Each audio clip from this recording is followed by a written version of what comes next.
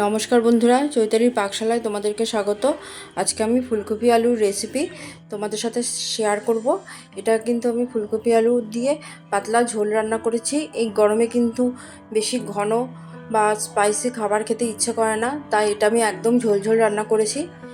দেখো, কড়াইতে আমি সাদা তেল নিয়ে নিলাম। এই তেলেই আমি রান্নাটা করব। ফুলকপিগুলোকে আমি একটু উষ্ণ গরম জলে ধুয়ে নিয়েছি।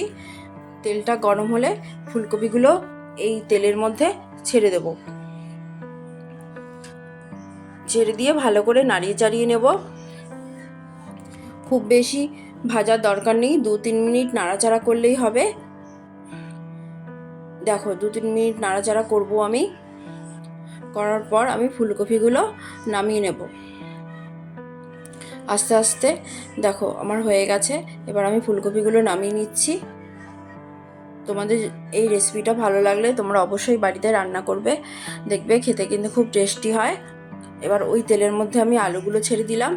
আলুগুলোও আমি 2-3 মিনিট মতন একটু নাড়াচাড়া করে নেব, খুব বেশি ভাজবো না।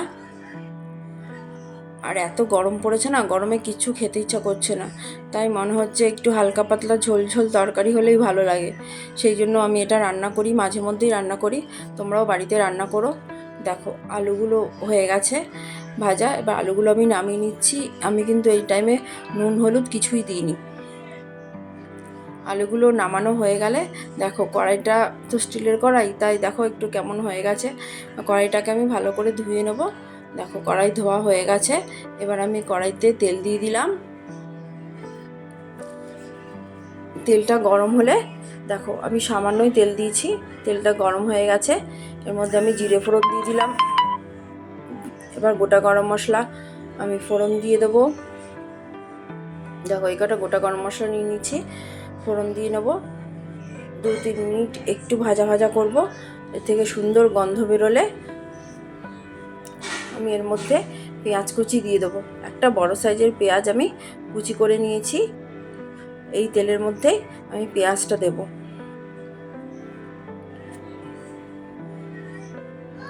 দেখো, এবার আমি এই পেঁয়াজ কুচিটা দিয়ে দিলাম। পেঁয়াজ কুচিটা দিয়ে ভালো করে পেঁয়াজটা আমি ভাজা ভাজা করব। আর সবসময় কিন্তু আঁচ কমিয়েই রান্না করলে ভালো হয়। আর বেশি জোরে আঁচ বাড়িয়ে দিলে কিন্তু পুড়ে যাবে, খেতে ভালো লাগবে না। দেখো, এর মধ্যে নুন দিয়ে দিলাম। নুন দিয়ে দিলে পেঁয়াজটা তাড়াতাড়ি মজে যাবে। দিয়ে ভালো করে নাড়াচাড়া করে নেব। দেখো, পেঁয়াজটা আমার মোটামুটি ভাজা হয়ে গেছে। এবার এর মধ্যে আমি হলুদ গুঁড়ো দিয়ে দিলাম আর কাশ্মীরি লঙ্কার গুঁড়ো দিয়ে দেবো। এই টাইমে হলুদ আর কাশ্মীরি লঙ্কার গুঁড়ো দিয়ে দিলে না, রান্নার কালারটা খুব সুন্দর আসে। আমি কিন্তু রান্নাতে কোনো রকম লাল লঙ্কার গুঁড়ো ইউজ করি না, কাশ্মীরি লঙ্কার গুঁড়োই দিই। এবার দেখো, আমি এই মশলাটা দিয়ে দিচ্ছি। এখানে আদা আছে সামান্য পরিমাণে, 5-6টা কাঁচা লঙ্কা আছে, আর 1 চামচ গোটা জিরে আর 1 চামচ ধনে দিয়ে একসাথে আমি বেটে নিয়েছি। মশলাটা দিয়ে দিলাম। খুব ভালো করে মশলাটা কষাতে হবে। এবার দেখো, এর মধ্যে আমি একটা বড় সাইজের টমেটো পেস্ট করে নিয়েছি, ওই টমেটোটাও দিয়ে দিলাম। দিয়ে ভালো করে মশলাটা কষিয়ে নেব যতক্ষণ না সাইড দিয়ে তেল বেরিয়ে না আসে।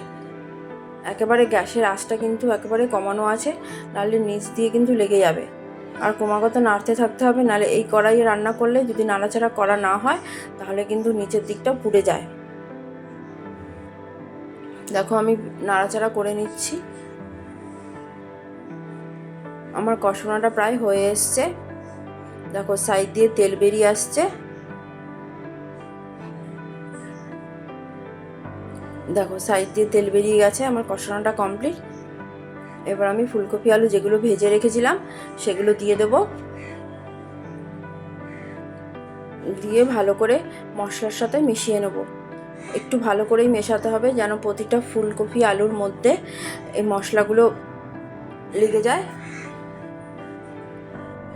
একটু হাতে কম টাইম নিয়ে রান্না করলে না খেতে ভালো হয়। দেখো, মেশানো হয়ে গেছে। এবার আমি জল দিয়ে দিলাম। যেহেতু এটা আমি পাতলা ঝোল রান্না করব, সেই জন্য আমি এখানে 1.5 গ্লাস মতন জল দিয়েছি। জল দিয়ে ভালো করে নাড়িয়ে চাড়িয়ে নেব। এবার পরিমাণ মতো নুন দিয়ে দিলাম। তোমরা তোমাদের স্বাদ অনুযায়ী নুন দেবে। দিয়ে নাড়িয়ে চাড়িয়ে নিলাম।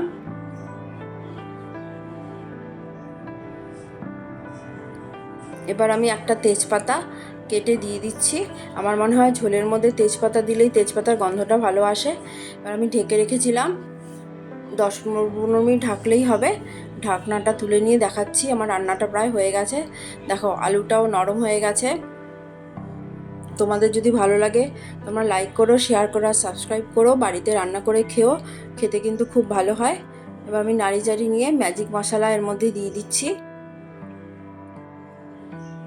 এরপর আমি এর মধ্যে একটু জাগেরি পাউডার দিয়ে দেবো, তোমরা চাইলে চিনিও দিতে পারো। দেখো জাগেরি পাউডার দিয়ে দিলাম, দিয়ে ভালো করে নাড়ি চাড়ি নেবো। আমার রান্নাটা কমপ্লিট। এবার একটা বাটিতে সার্ভ করে দেখাচ্ছি কেমন হয়েছে। বাই।